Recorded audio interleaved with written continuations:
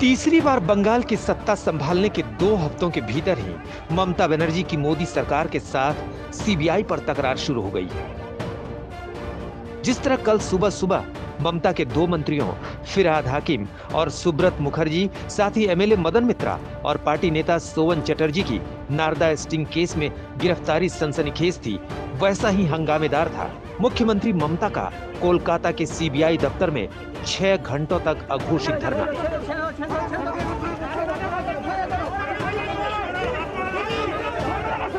और इस पूरी राजनीतिक तनातनी के बीच केंद्रीय बलों के साथ टीएमसी के कार्यकर्ताओं और समर्थकों की झड़प राजनीतिक तापमान को और बढ़ाने वाली रही।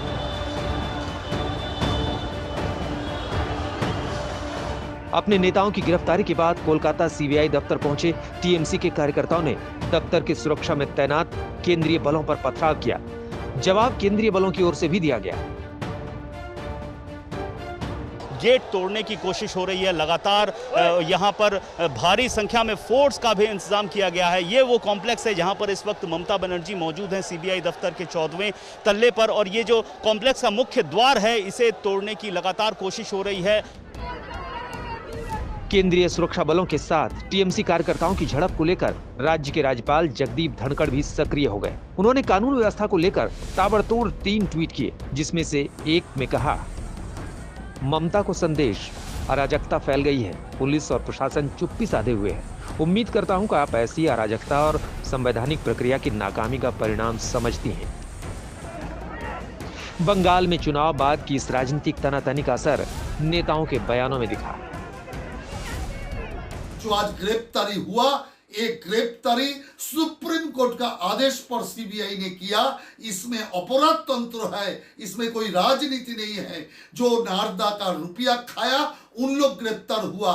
इसके साथ राजनीति का कोई लेना देना नहीं है, बीजेपी का भी कोई लेना देना नहीं है। आर्गुमेंट করব, আমি শুধু একটা কথা আপনাদের কাছে বলতে চাই, এই গভর্নর ইজ এ whimsical, এই গভর্নর ইজ এ এই গভর্নর একদম মানে একটা মিনিট থাকা উচিত নয়। এ ঘুরে ঘুরে বেড়াচ্ছে, মতো ঘুরে ঘুরে বেড়াচ্ছে একদম। এই গভর্নর একদম গভর্নর যে কোনো উপায় চাইছে। 2014 में जब नारदा न्यूज पोर्टल ने स्टिंग ऑपरेशन किया था, तब गिरफ्तार 4 नेता ममता सरकार में मंत्री थे। स्टिंग टेप के मुताबिक फिरहाद हाकिम, सुब्रत मुखर्जी और मदन मित्रा 5-5 लाख और सोवन चटर्जी 4 लाख की रिश्वत में आरोपों के घेरे में आए। 2016 में जारी हुए स्टिंग ऑपरेशन से कुल 13 आरोपियों पर रिश्वत का दाग लगा था, जिसमें अभी बीजेपी में शामिल हो चुके मुकुल रॉय और शुभेंदु अधिकारी भी शामिल हैं। ये केस 2017 में कलकत्ता हाई कोर्ट के आदेश के बाद सीबीआई के पास आया। अभी 7 मई को ही राज्यपाल जगदीप धनखड़ ने गिरफ्तार हुए नेताओं के खिलाफ केस चलाने की अनुमति सीबीआई को दी है। लेकिन चारों नेताओं के खिलाफ सीबीआई एक्शन को उनके वकील और टीएमसी नेता कल्याण बनर्जी ने सीबीआई कोर्ट में राजनीतिक बदले की कार्रवाई कहा। और कोलकाता की सीबीआई कोर्ट ने उन्हें जमानत देने में भी देर नहीं की, जबकि सीबीआई ने 14 दिनों की कस्टडी मांगी थी। लेकिन घमासान यही नहीं थमा।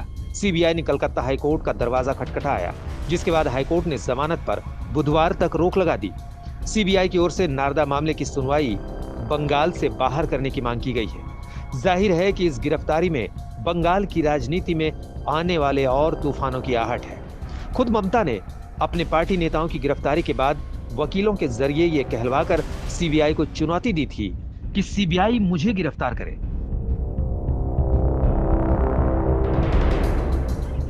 2019 में तत्कालीन कोलकाता पुलिस कमिश्नर राजीव कुमार से सीबीआई पूछताछ को लेकर राजनीतिक लड़ाई छेड़ने वाली ममता इस मुद्दे को आसानी से जाने देंगी, ऐसा नहीं लगता। अनुपम मिश्रा, कोलकाता, आज तक।